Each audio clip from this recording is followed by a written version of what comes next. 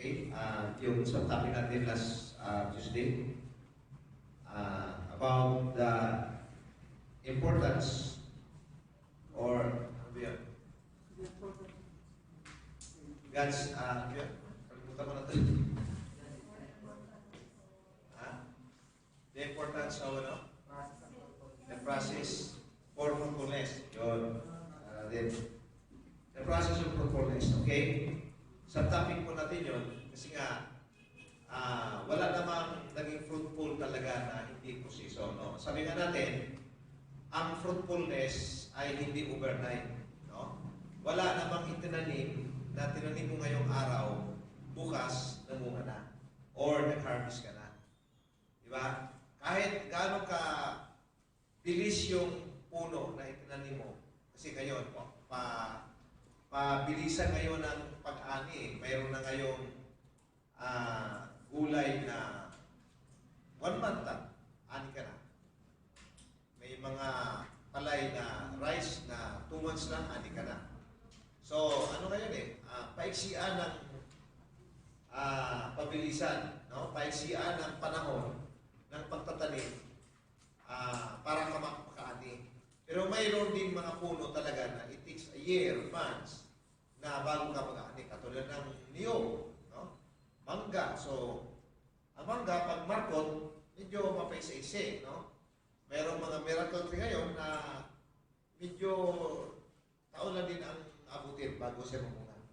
But, generally speaking, ay lahat ng fruitfulness ng isang tanim ay may proseso. Ganon din yan sa tao. No? Ganon din yan. So, bago tayo makapamunga, may proseso. Bago lumago ang ating ministry, may proseso pagdaanan. Kaya mayroon tayong process ng ladder of success. If you want to become successful, kaya talagang dadang ka ng process. Kaya, yung ating ladder of success, di ba? Process po yun eh. So, lahat, sa pagpapastor, may process, sa pagiging leader, pagiging fruitfulness, may process po tayo. So, kasama doon, noong Tuesday, pinag-usapan natin, na kasama sa process yung discipline, correction, rebuke, encouragement, lahat yun. Dahil, may pruning ang Bible eh. Yung pruning, hindi madali yun. Yung puputulan ka, tatalbusan ka, para lang mamunga ng mahapdi yun siya. Kaya kung minsan, hindi natin maintindihan yung pruning ng Panginoon, yung discipline, hindi natin maintindihan na akala natin, inaapi na tayo, akala natin, inismo na tayo, kaya ang tendency ng tao ay nagtatampo, nagagalit, naiinis. Pero, unawain mo, sabi ng Hebrews, walang disiplinang madali. Ang lahat ng disiplina ay mahapdi, masakit, pero at the end of the day, mag-aani ka ng kabutihan. Amin po ba? Kaya kailangan tiisin mo yun. Sabi nga natin, ang isang gamot na mabisa, mahapdi. No? Nasubukan ba ninyo ng nasugatan, tapos ilagyan ninyo ng gamot na pangpagaling sa sugat, pero wala kayong naramdaman. Hindi siya effective. Walang sakit, libang din, pero hindi rin gumaling ang sugat. Pero may mga sugat na pag nilapatan mo ng gamot, sobrang hapdi. Yung sugat, ang sakit, pero saglit lang yan bro, isip mo lang yung sakit. Pagkatapos sakit na yan, matutuyo na yung sugat na yan. Magaling na yan. Gagaling na kaagad yan. Ganon siya. So, ang discipline masakit, pero madali kang gumaling. Amen? Madali kang maayos. Kasi nga, ang discipline, pag-aayos eh. Yung kasama kasi sa process yung pag-aayos, yung i-disiplina ka, itutuwid ka, ikukurik ka, pangaralan ka, i-review ka, or whatever. Kasama yan sa process. Pag ayaw mo magpa-process, ayaw mo magpa-discipline, wala rin magandang kinabukasan. Kaya akala natin, tama tayo, pero mali pala. Kaya, di natin ipangahas na tama ang ating ginagawa, lalo na kapag tayo ay umpisa pa lang tayo sa anumang larangan ng ating buhay. Kailangan, we have to listen sa tinuturo ng Panginoon kasi para maintindihan natin kung bakit pinadaanan tayo ng Diyos ng ganitong mga crisis, mga pandemic, Ito, bahagi ito ng bahagi ito ng disiplina ng Diyos. Itong pandemic, pag pinag-usapan natin yung process, ito ay warning, babala ng Panginoon. Ito ay review, saway ng Panginoon sa mga tao. Ito ay isang correction ng Diyos ng tao. Ito ay isang uri ng discipline na kapag ang tao ay nagpabingi-bingi sa nangyari ngayong panahon ito, ay at the end of the day, sila rin ang aani ng kanilang hindi pagpansin sa mga process, sa mga discipline, at sa mga rebuke ng Panginoon. So, nakita natin sa Bible, ang daming instant na pangyari sa Bible na may warning ang Diyos na tutupukin, gugunawin ang syudad, ang bayan, pero nung narinig ng hari, nung presidente, na may warning na pala si Lord, biglang bumaba sa trono ang hari, nagsuot ng sako, nag-ayuno, pati ang buong bansa. Hindi, nag-order ang hari na lahat mag-ayuno para bawiin ng Diyos yung naka-diste na hatol. Diba? Ano yun? Ninipi, Sodom at Gomora, at ang dami pang ibang mga istorya sa Biblia. Nagbago ang isip ng Diyos nung ang mga tao nagpakumbaba. Kaya itong pangyaring ito, isa itong warning ng Diyos sa mundo na kailangan ang tao magbalik sa Diyos, ang tao ay lalong lumalapit sa Diyos, no? Para maintindihan natin. Okay, so ngayon pag-usapan natin, ano ang gagawin kapag ikaw ay nasa gitna ng process? What will you do when the Lord brings you into the process? No? Anong gagawin? Tayo ba ay magwala? Tayo ba ay umayaw? Tayo ba ay sumuko? Tayo ba ay ayaw na manampalataya sa Diyos? Tayo ba ay titigil sa paglilingkod? O ano ba ang dapat natin gawin? Kapag may process si Lord, kapag may review, kapag may discipline, kapag may warning ang Panginoon sa tao o sa isang bansa, ano ba ang gagawin ng tao? Okay, basahin natin dito sa Job chapter 36. Magsimula tayo magbasa sa verse 2. Sa verse 2. Job 36 verse 2. Bear with me a little, and I will show you that there are yet words to speak on God's behalf. So ito si prophet, ito to siya, kaibigan to ni Job is Elihu, one of God's servant. Sabi niya, bear with me a little, I will show you that there are yet words to speak on God's behalf. May sabihin si Lord. Okay, verse 3. I will fix my knowledge from afar, and I will ascribe righteousness to my Maker.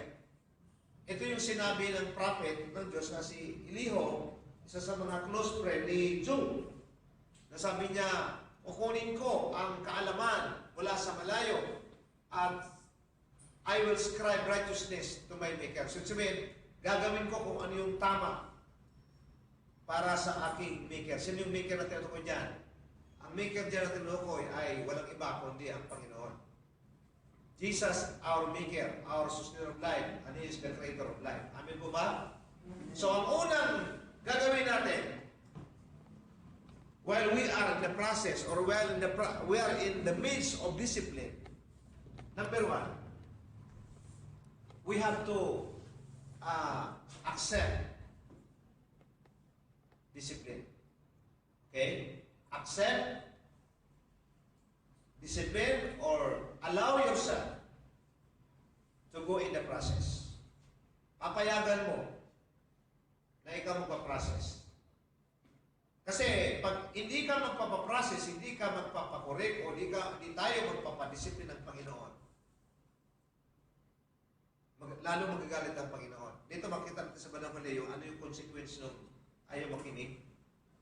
So kailangan tanggap mo, yes Lord, thank you for reminding me. Patunay lang to sa, pinatunay mo Panginoon na mahal mo ako. Kasi sabi nga doon sa Hebrews, ang mga hindi itintuwid ay mga anak sa labas. Hindi totoong mga anak ng Diyos. Kaya ang mga minamahal ng Diyos ay pinakialaman talaga ng Diyos. Ang mga anak niya ay pinakialaman niya. Kaya hindi uso yung salita ng mga tao na pakialam mo sa akin. Diba? May uso ngayon. Pag kinukuri ka, pakialam mo sa akin. Kaya sagot yan. Kung ako ang sasagot mo. Ay kung hindi ka pakialaman, anong connection mo sa akin? Di wala tayo ugnayan. If you are not ready to accept discipline and process, you are not connected to me. Parang, o di wala, hindi ka anak. Anak ka sa labas. Okay.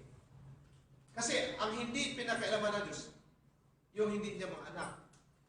Kasi papunta na yan sa dome. Papunta yan sa punishment yung mga hindi nagpapakrus kanya. Okay? So, kaya ang magulang, mayroong koreksyon sa anak kasi may connection yan eh. Amen. Mayroong connection yan. Pamilya, magulang, at anak. Kaya hindi pwedeng sabihin ng anak, pakialam mo sa akin, malaki na ako. Hindi.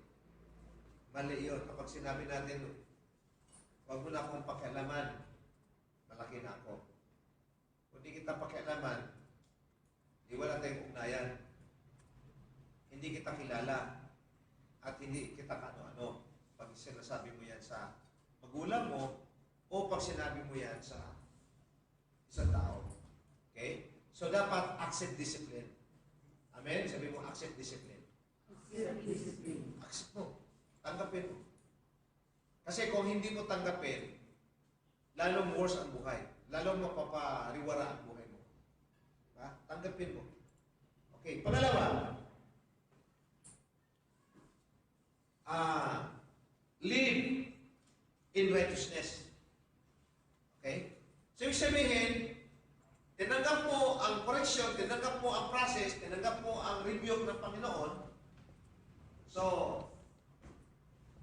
ang sunod doon, you have to live righteous in the sight of God. Merong iba kasi na tinanggap naman nila yung saway ng isang leader o isang tao, pero nagmamaktol sila or gumagawa sila ng mali. Parang isa matter of ganti ba? Di ba na ako magganti sa iyo ng salita? Ito ititirahin ko. Ito gagawin ko. So, gagawa sila ng mga hakbang na hindi tama.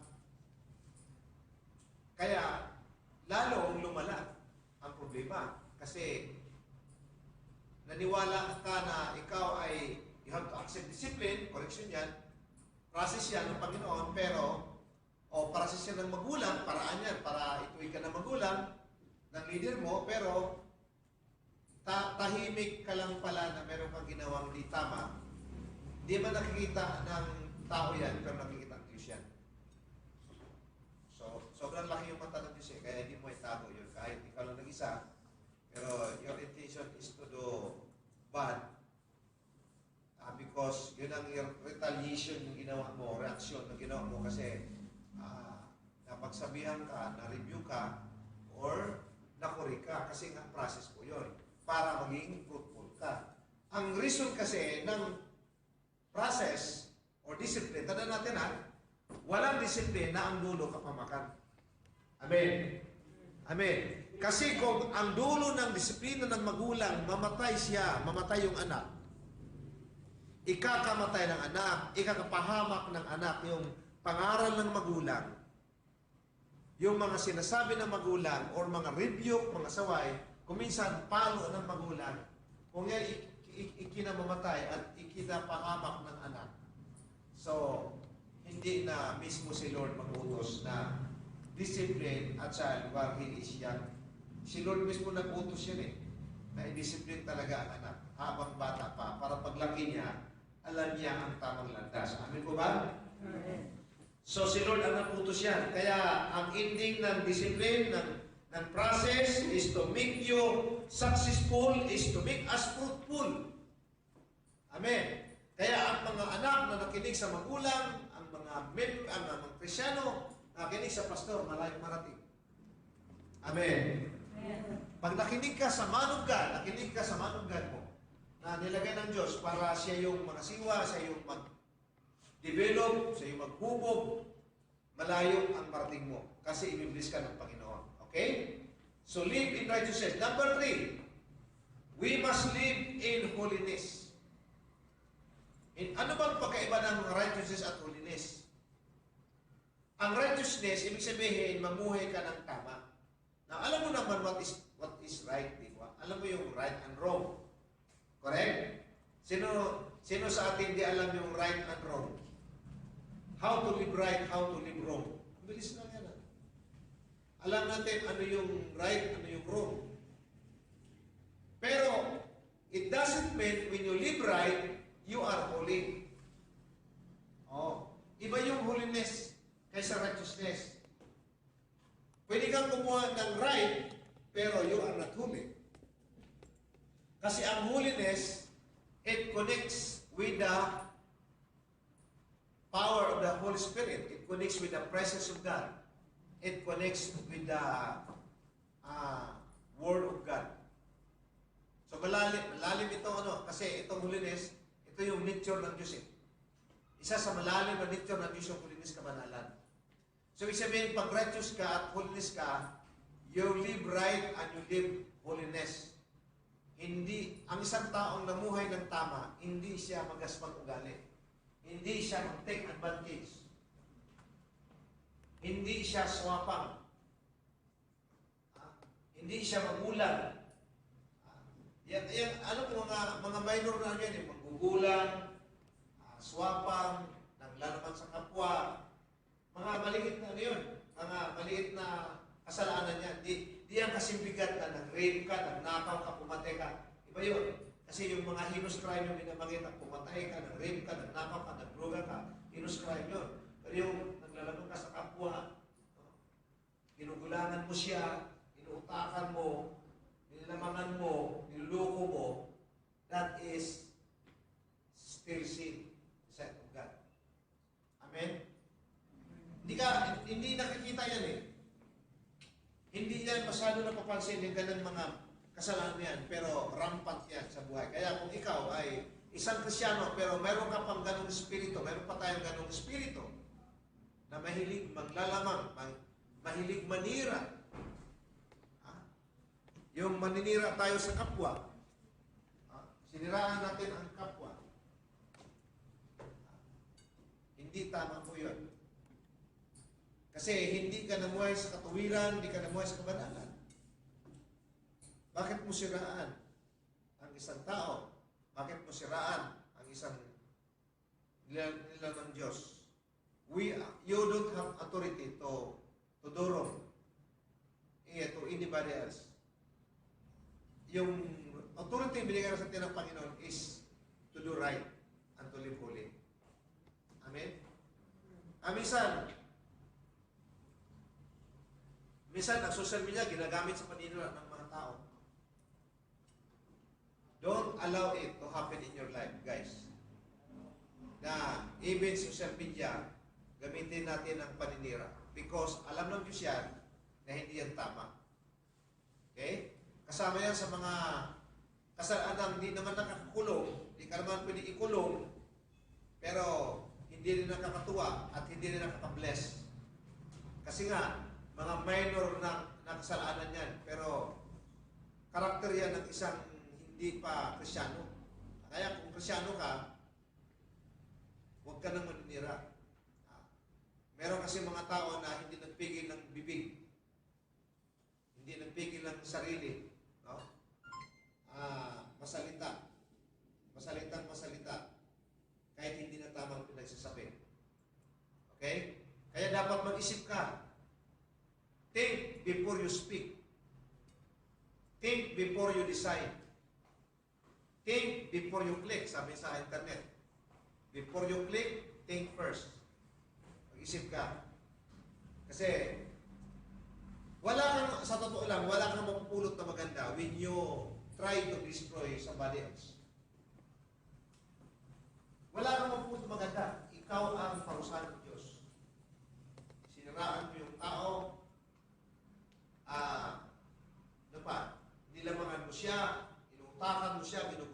siya, nagsisinungaling ka sa kanya. So, you will reap the result of what you have done. Aanihin natin yung ating itinanim. Amin ba? Kaya ang karakter ng Diyos, righteousness talaga. Pag righteous pinag-usapan natin, mabuti kang tao. Amen? Sabi ko natin, mabuting tao. Mabuting tao. Ang Kristiyan dapat mabuting tao. Kasi nga, di ba, sabi nga ng 2 Corinthians 5:17, if any man be in Christ, he is a new creation. All things are passed away, behold, our things are become new. Yung old sin nature mo, ang tagal na yan. Nakasama yan, ipinako ng Diyos sa Kalbaryo. Bakit hanggang ngayon, Christian ka na, hindi mo pa rin tinanggal sa ugali mo yung old sin nature mo?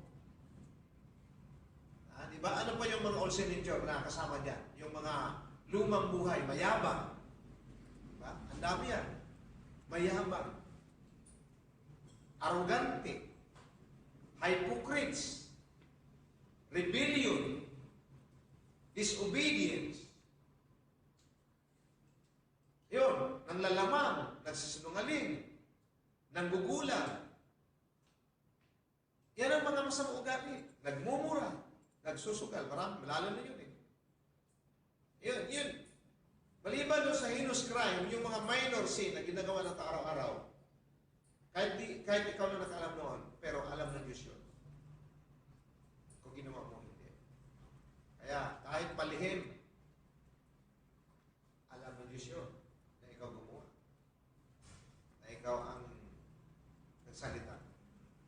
Kaya ang sabi ng Panginoon, ang sinumang na kay Kristo, bago na siyang nilala. Ang lumang ugali, ang pangit, ang luma na masamang ugali, patay na. Sabi doon, lumipas na, ngunit dumating ang bago na ugali. Amen? Bago ugali. Ano bang bago ugali? Mabait. Maunawain. Matulungin. Mahabagin. Diba? Yan ang mga bago na ugali na kay Kristo. Puno ng pag-ibig. Wala ng galit at puot sa kapwa. Nagpapatawad. Ang bagong karakter nagpapatawad. Amen? Pag pinatawad mo na, wala na. May ibang nagpapatawad, pinatawad na daw, pero ulit-ulit sinasabi niya. When you forgive, you must forget. True forgiveness is forgetfulness. Amen? Tapos na yan eh. Humingi na sorry yung tao, ulit-ulitin mo pa rin. So, alam mo yung nagpaulit-ulit ng salita o paulit-ulit na ginagawa niya sa tao kahit ang tao niya ng sorry sa kanya, ay masamang ugali yan. Ang tawag yan ay magugulang pa rin. Magugulang ka pa rin. Ginugulang ka rin. Tapos na usap na kayo dyan. Huwag ka na usapan niya. Tapos uulitin mo naman. Ginugulang ang tao. Masamang ugali yun. Kasama yan sa old signature. Dapat nang pinapatay, sabi nga ng Bible, sabi ni Kristo, patayin ninyo ang masamang ugali niya. Ang masamang ugali, pinapapatay ni Kristo sa ating buhay. Dapat hindi na mabuhay yan. Ang ipinapabuhay ng Panginoon sa atin, at mabuting ugali na kay Kristo. Amen? Tinanong ko ang lahat ng Kristo namuhay ng tama. Wala nang gulo sa mundo. Wala nang problema. Wala nang quarrel. Okay. Now, tuloy tayo. So, live, ano yun? Live holy. While in the process, live holy. Sikapin mabuhay ka sa tama. At pang-apat, you must obey. Obedience is better than sacrifice. Amen. So, is very important yan. Kaysa sakripisyo, sabi ng Bible. So sabi nito, for truly, behold, God is mighty, but despised to no one. He is mighty in strength of understanding. He does not preserve the life of the wicked, but give justice to the oppressed. Ayun, no?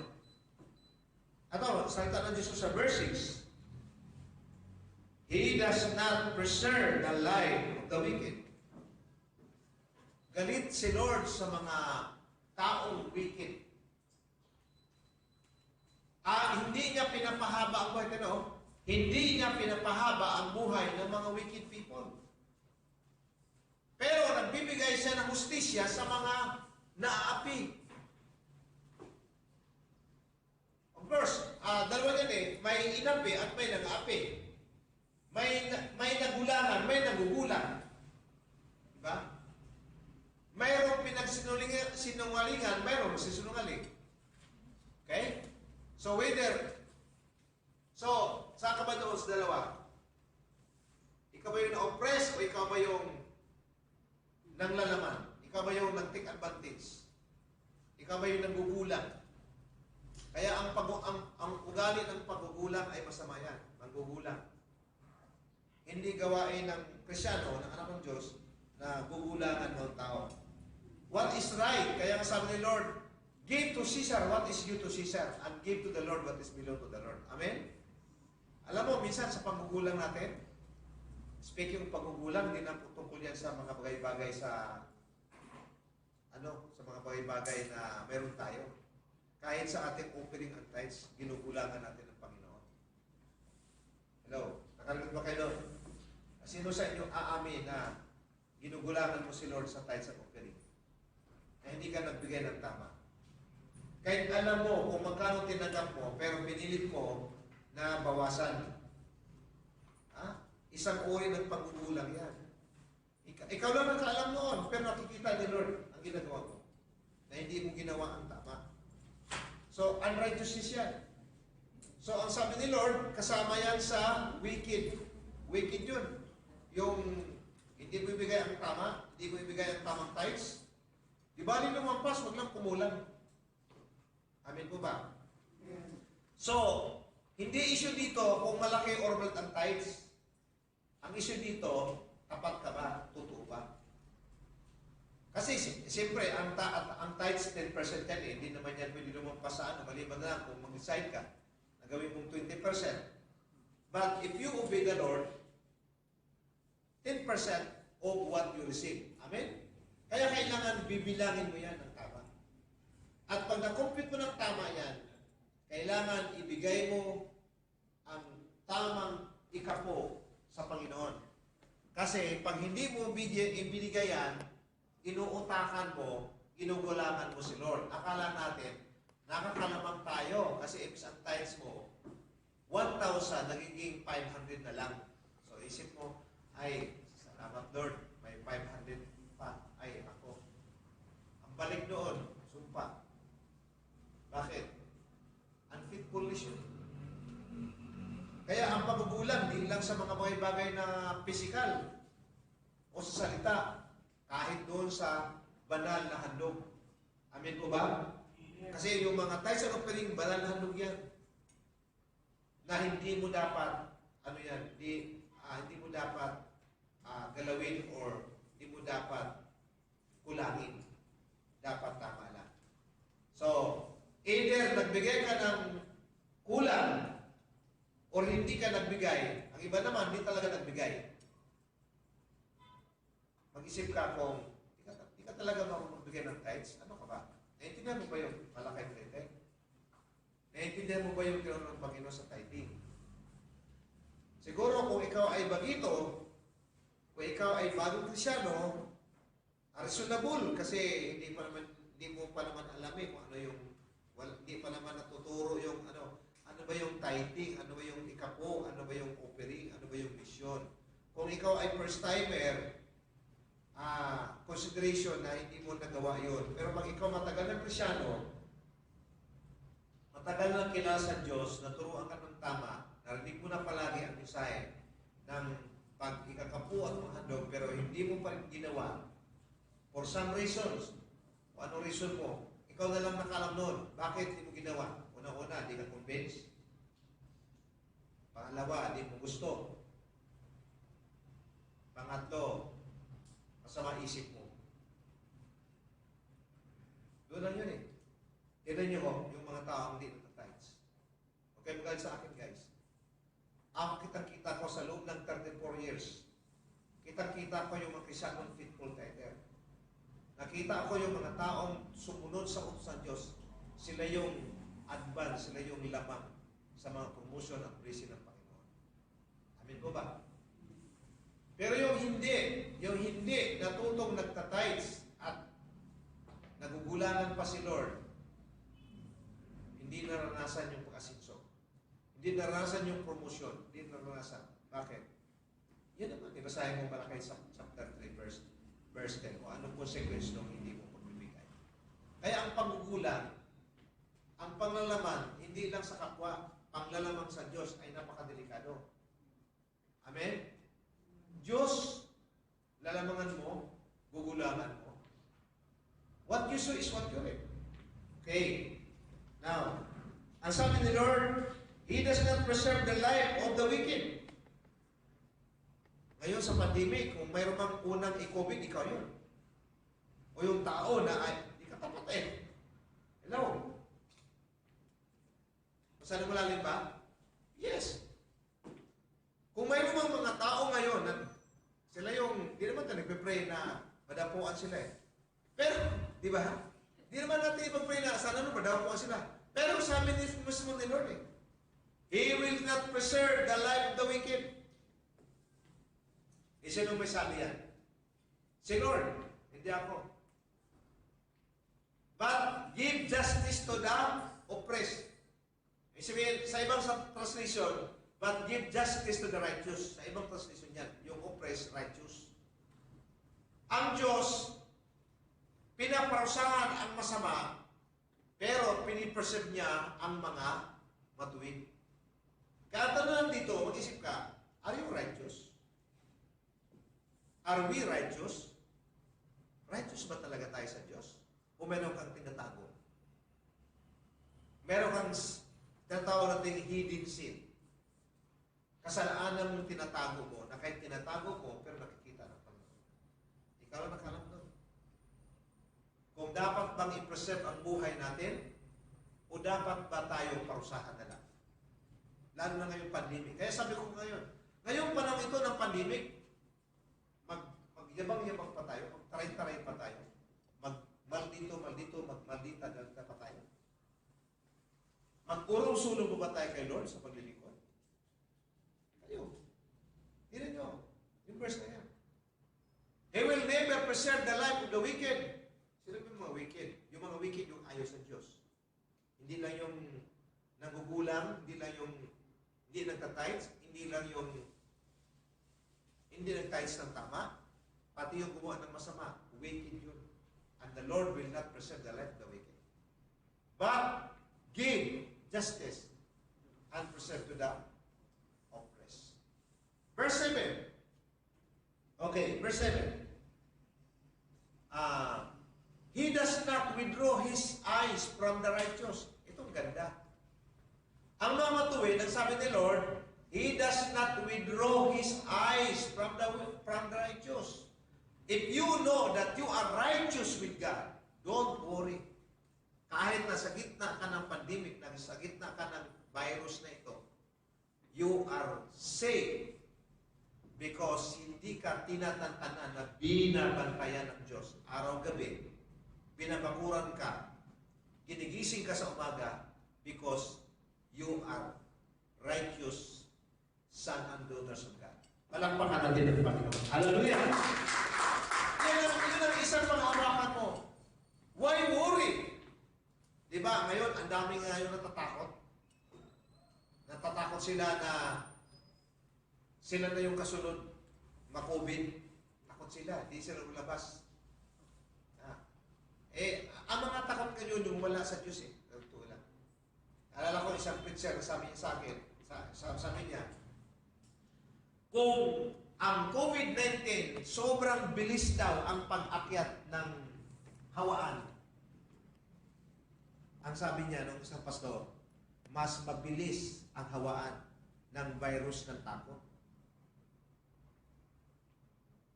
Hello? The virus of fear. Sobrang bilis. Ano ngayon ang mas marami?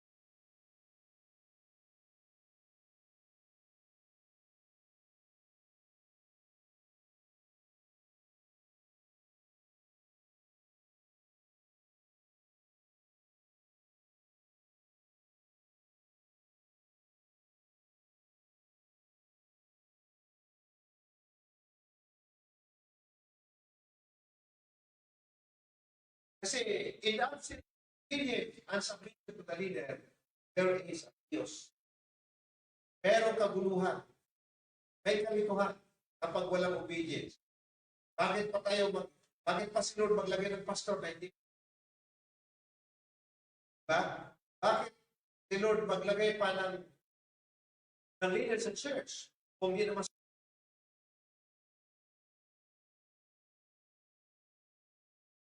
it is God's order to obey. Bakit si Lord naglagay pa ng father, ng mother, kung di pala susunod anak? Nakita nyo?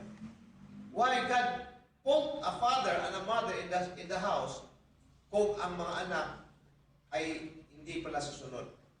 That's why we have to understand kung anong purpose ng leadership na pinapagawa ng Panginoon. Okay, number 6. Number 6.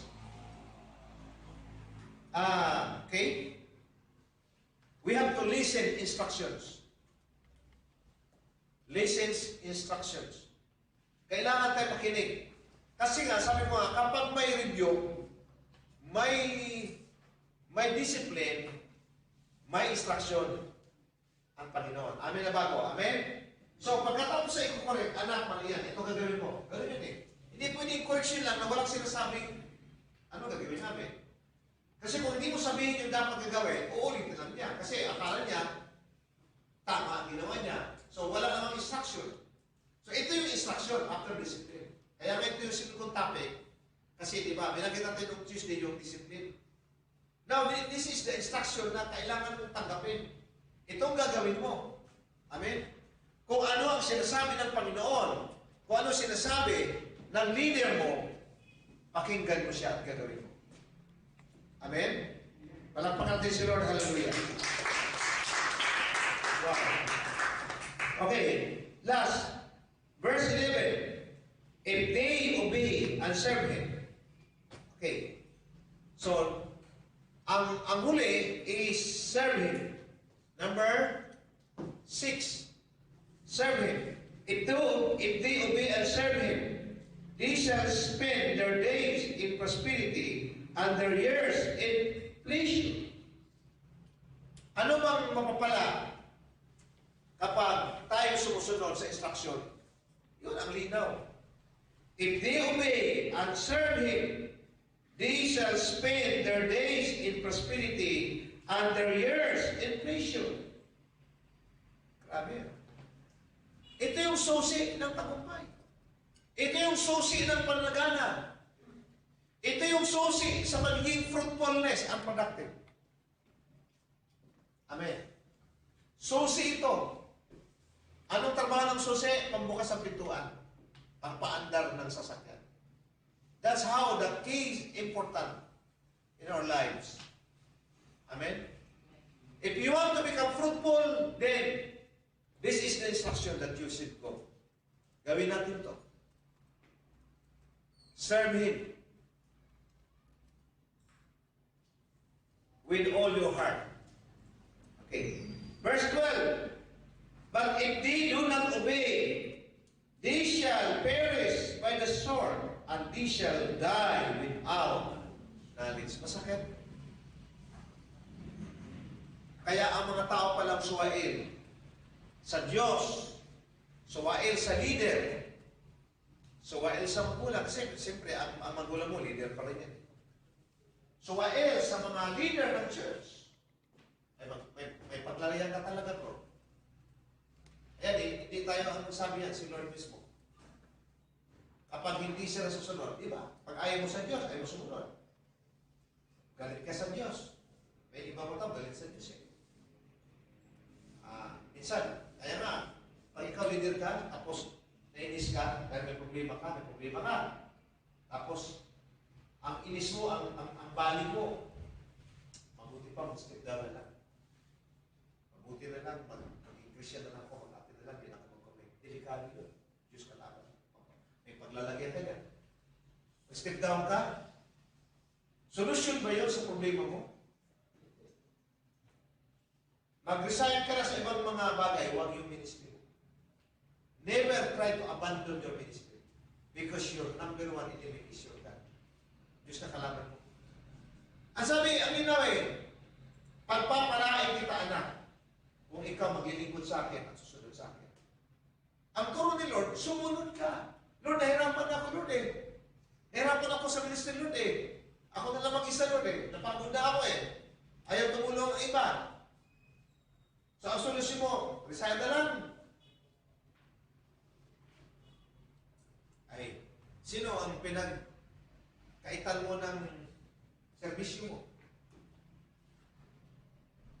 Hindi ang tao. Si Lord. Because ministry ay galing kay Lord. Amen po ba? Sipin mo, pag sumunod ka sa Diyos, pagpalain ka, ingatan ka sa COVID-19. Pero kapag di tayo susunod, guys, tanda natin, but if they will not obey, parang ngunit kapag hindi tayo susunod sa Panginoon, number one, hindi tayo susunod sa Diyos. Galit tayo sa Diyos. Ayaw natin mag-commit. Sabihin natin, ayaw ko ng ministry. Gusto ko lang pamilya. Gusto ko lang trabaho.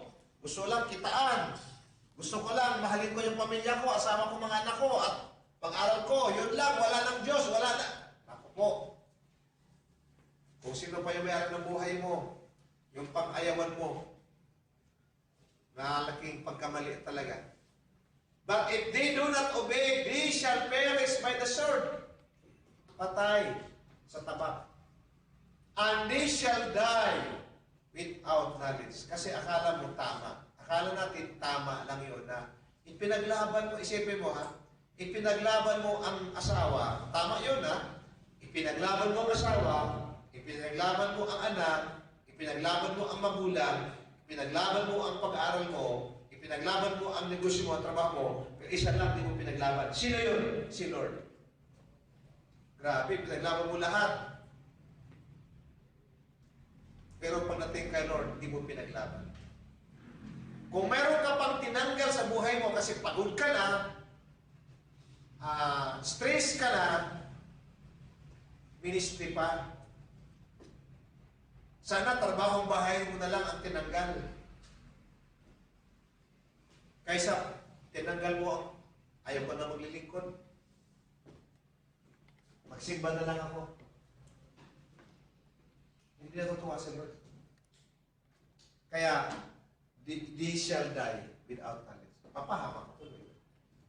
Kasama ka sa mga taong hindi nalilingkod sa Diyos. Kasi mapahamak ka na rin eh.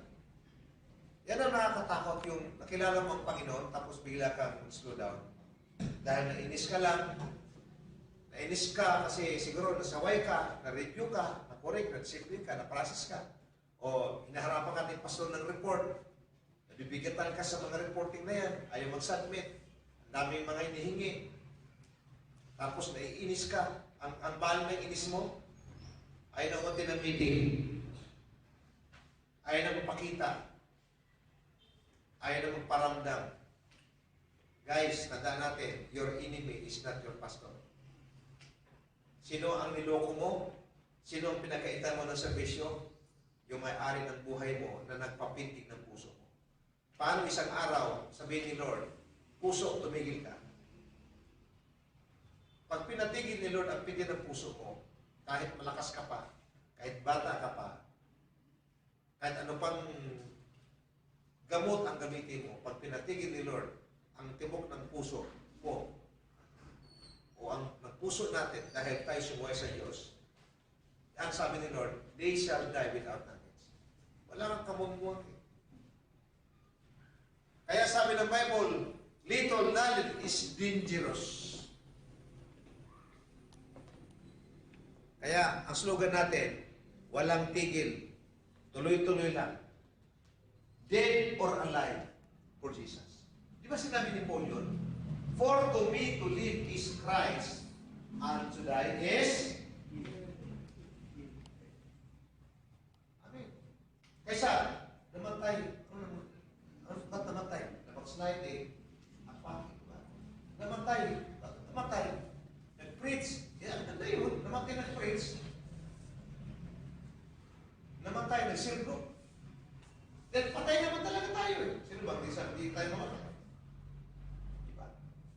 Pero ang kamatayan na kay Kristo, kaya nga kay Paul, di ba yung mga Kristyano, pag namatayan, sobrang iyak. Ay, okay lang yun, may emosyon ka eh. Pero sa totoo lang, pag namatay, huwag na umiyak. Bakit? Umiyak ka. Victory yun eh. Di ba? Victory yun. Ang pagpakabuhay kay Kristo, ang kamatayan ay tagumpay. natin kay Kristo, praise God. Well done, faithful servant. Well done, my faithful servant. Tapos na mission. Amen? Pero pag di ka Kristyano, tapos, kandarapan, kaiyak-iyak, wala nang luha. Bakit? Hindi alam eh, kung saan punta. Buti ka. Rest in peace na kayo. Isipin mo pa. Kaya nga, never surrender, no regret, no sin, serving the Lord. Kasi we know na, alam natin, nasa buting kamay tayo. Pero, of course, ang pangako ng Panginoon, pag naglingkod ka sa Kanya, ang pangako niya, mahabang buhay, masaganang buhay, ibig ko ba? Kaya pili natin magandang buhay. Kaya huwag tayong urong-sulong sa ating paglilingkod. Itong pala ng pandemic, marami ngayong mga tao na backslide. Marami mga tao Kristyano ngayon na naglaylo. Guys, kung ikaw isang Kristyano naglaylo, dahil naipiktuhan ka sa pandemic kasi, so ngayon, kung pandemic, laylo sa cellblock, laylo sa simba, laylo sa ministry, laylo ka lahat, isa na lang tingnan ng laylo, yung kumain ka na kumain. Di ba? Laylo ka ba kumain? Bro, kumusta ka? Ito, nangalan kunti. Bakit? Naglaylo sa kain. Di ba? Hindi ka naglaylo sa kain, pero naglaylo ka sa ministry. Never do that. Okay? So, salamat sa Panginoon. Tayong lahat tumayo dahil oras na. Panginoon, maraming salamat muli sa gabing ito. Dalangin namin, Ama, na ang minsang ito ay nakapagising sa aming mga kaisipan at mga puso, Panginoon. At na-remind mo kami, Panginoon, na magpapatuloy sa paglilingkod. Rain or shine, dead or alive, Lord, para sa inyo, Panginoon. Because we know that we are in your good hands, Lord. Ay ang paglilingkod sa iyo na may katapatan, kabanalan at katuwiran. Dalangin ko, Ama, pagpalain mo ang lahat. Ngayong gabi, in-encourage ko po kayo lahat, mga kapatid. Magbalingkod tayo sa Diyos. Kung ikaw nanghihina sa paglilingkod sa Diyos, bumalik ka, ibalik mo ang sigla mo sa Panginoon. Ibalik mo ang panahon mo sa ministry. Ibalik mo ang panahon mo sa commitment mo sa Diyos. Huwag kang maglaylo, huwag kang mag-sit down. Dahil mahal ka ng Diyos. Maaaring pinapadaan ka lang ni Lord ng challenge, na mga testing, ng discipline. Tandaan natin, ang discipline hindi magtatagal. Ang correction hindi tatagal. Pagdaanan mo lang yan. Pagdaanan lang natin yan. But at the end of the day, the fruit of discipline and the fruit of correction is fruitfulness and success in life. This is the Word of God tonight. Lord, we pray continuously sa mga tao na takot, Lord, tanggalin mo ang takot sa kanilang puso. Ilagay mo pag-asa nasa iyong Panginoon. Lord, lahat ng masakit, we still continue to pray. Release your healing power. In Jesus' name. Even we continue to pray for our beloved brother, missionary Victor Santiago. You know his life and you know his purpose. Lord, sa gabi ito, I believe no distance, unlimited secure power, Lord, ipuin mo siya, Panginoon. Kaulong at talampakan. Patuloy maranasan ang bagong lakas, ang bagong sila na kanyang buhay. Extension of his life, Lord God. Because you know you have a purpose in this life. Salamat, Lord. Thank you sa lakas. Thank you sa encouragement.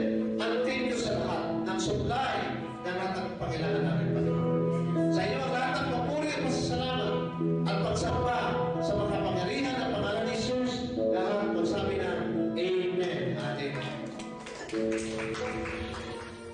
Giving our tithes and offering reflects a grateful heart that is willing to give back to God a portion in what He has given us.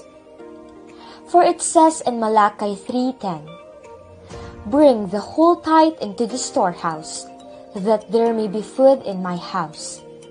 Test me in this, says the Lord Almighty, and see if I will not throw open the floodgates of heaven and pour out so much blessing that you will not have room enough for it.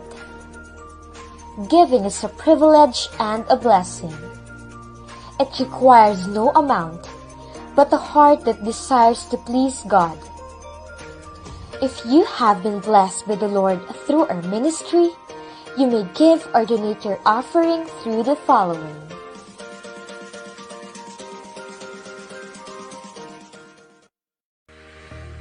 Loving God and loving people is a passion with a responsibility. Receiving our salvation gives us a clear vision of our purpose and calling. We at MOF Church believes that knowing Jesus means knowing our identity. Being Christ's ambassador to help people find their way back to God. To win souls and make disciples is our vision. And by attending these great opportunities, we will be able to fulfill the Great Commission that Jesus has commanded us. Our Sunday online worship service that runs at 10 a.m.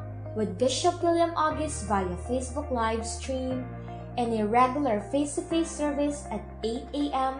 and 2 p.m. Let us make our equipping and training a happy hour by joining our regular Tuesday and Friday mentoring via Facebook live stream as Bishop William August being the host. God continually blesses us so we can be a blessing too. Reaching out people requires no status but a compassionate heart that is willing to serve God. Attending and inviting on our soul-winning revolution every Thursday at 5 to 6 p.m. is highly encouraged. Your big heart and compassion will bring hope to the people in need. None of this would be possible without the generous support from our community. We are open for donations in any kinds. The following platforms are available. You can contact us through Facebook Messenger or send through our Care Ministry GCash account.